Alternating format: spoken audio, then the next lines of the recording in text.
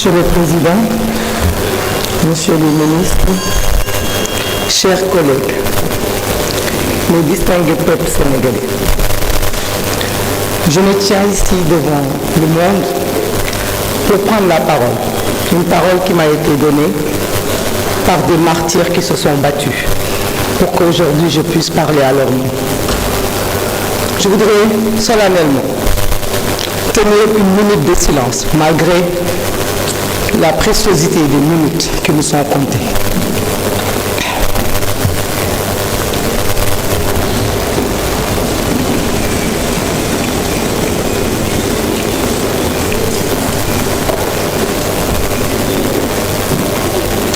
Je vous remercie. Je vous remercie et je suis fière d'être aujourd'hui avec vous dans cette salle.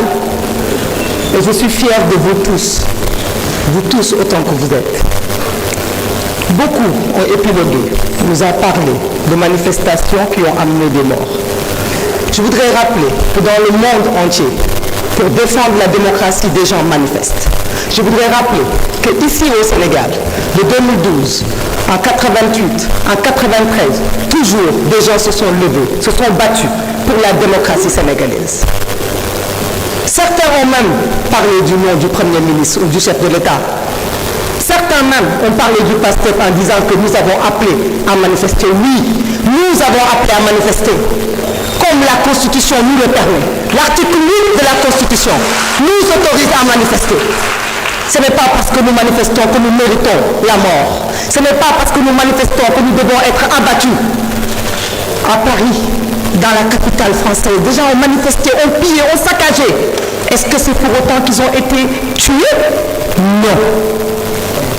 Aucune explication ne peut justifier la mort d'hommes, de jeunes, de nos enfants, de nos fils, de nos frères.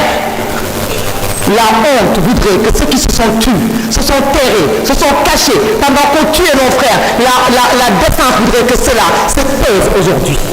Ces pères, au plus loin, n'osent pas porter la parole. Mais nous sommes en démocratie. C'est la démocratie qui permet aux uns et aux autres de parler. Cette chère démocratie pour laquelle nos jeunes se sont battus. Cette chère démocratie pour laquelle des gens ont perdu la vie. Nous comptons les morts que nous avons trouvés enterrés. Rappelons-nous aussi de ceux-là qui ont fui pour ne pas mourir. Qui est devenu Papito Kara avec d'autres dizaines de jeunes comme lui qui se sont échappés à travers la mer et qui ne sont jamais arrivés. Parlons aussi de l'imam Ndao, des gens qui ont été persécutés à cause de ce combat démocratique et qui sont morts aussi pour défendre le Sénégal. Nous ne pouvons pas avoir de complexe. Les paroles sont tellement mielleuses quand on parle aujourd'hui. Nos mots sont forts. Beaucoup d'entre nous pouvaient s'abstenir de parler. Mais vous savez pourquoi nous parlons? Pour entrer dans l'histoire et pour ne pas oublier. Parce que l'ADN d'un peuple, c'est la mémoire. Tant que nous nous souviendrons, personne ne pourra oublier. Tant que l'oubli ne nous guette pas, nous pourrons apprendre du passé. Certains nous disent l'amnistie. Vous avez pris ce qui est bon. Oui, nous avons pris ce qui est bon de cette amnistie. Parce que ce qui est bon, c'est le choix du peuple sénégalais, souverain. Un peuple ne se trompe pas. On ne peut pas jeter l'amnistie.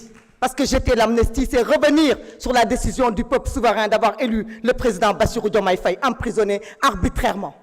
Et ça, nous ne le ferons pas, par respect au peuple sénégalais, qui a voté massivement, qui nous a donné cette majorité. Par contre, nous renions tout ce qui est mauvais de cette amnistie. Ce que vous-même n'osez pas affronter. Dites-nous ici si vous êtes d'accord que les crimes de sang fassent partie de cette amnistie. Dites-nous ici si vous êtes d'accord que les tortures fassent partie de cette amnistie. Vous n'osez pas l'affirmer. Par contre, Monsieur le ministre de la Justice, nous avons confiance en vous. Nous savons que vous rendrez justice parce que vous êtes un épris de justice. Nul ne peut nous donner de complexe. La justice sera rendue. Mais ceux qui veulent mettre dos à dos des manifestations, des pillages, des casses de voitures, des casses de magasins avec le respect de la vie humaine, je dis honte à vous.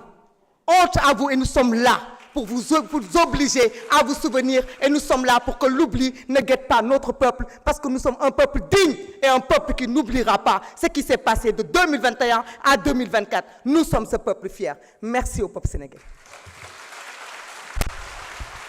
Honorable Moussa Amady Sarr, vous avez la parole. Doyen Alla Kane mën nga waajal.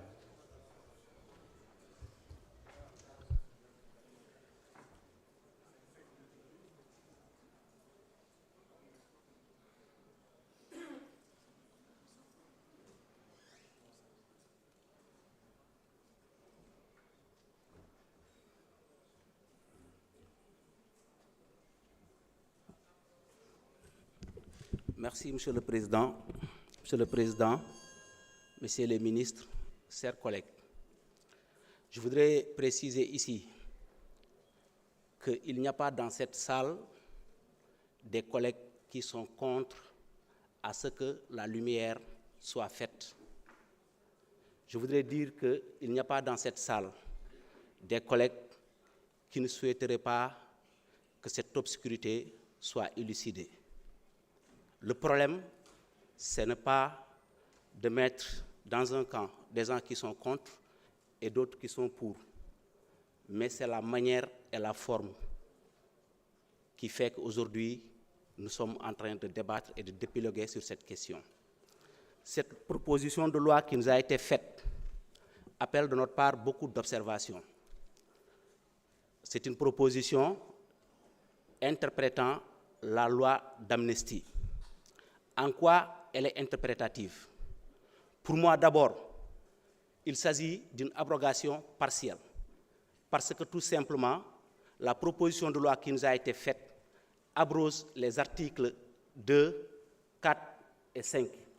Alors qu'une loi interprétative, vous l'avez rappelé tout à l'heure dans le rapport de la Commission des lois, n'a pas pour vocation de supprimer des articles. Elle n'est pas une loi interprétative en ce sens que vous avez rajouté dans les articles que vous avez retenus, alors que ça, c'est une modification substantielle de la loi. Vous l'avez rajouté à l'article 3 de la loi d'amnistie d'alors. Il était bien indiqué que l'amnistie ne préjudicie pas aux droits des tiers. Il a été rajouté que l'amnistie ne préjudicie pas aux droits des tiers ni aux droits des victimes à une réparation intégrale. Cela veut dire quoi? Cela veut dire qu'il y a une forfaiture qui a été faite sur le plan financier, des indemnisations ont été faites pour des victimes qu'aucune loi n'a prévues, et vous avez donné de l'argent en estimant vous-même le préjudice subi, et vous voulez qu'on justifie cela à travers cette nouvelle loi que vous avez proposée. Je pense que la loi d'amnistie d'alors, elle est claire en son article 4 pour dire que s'il y a un problème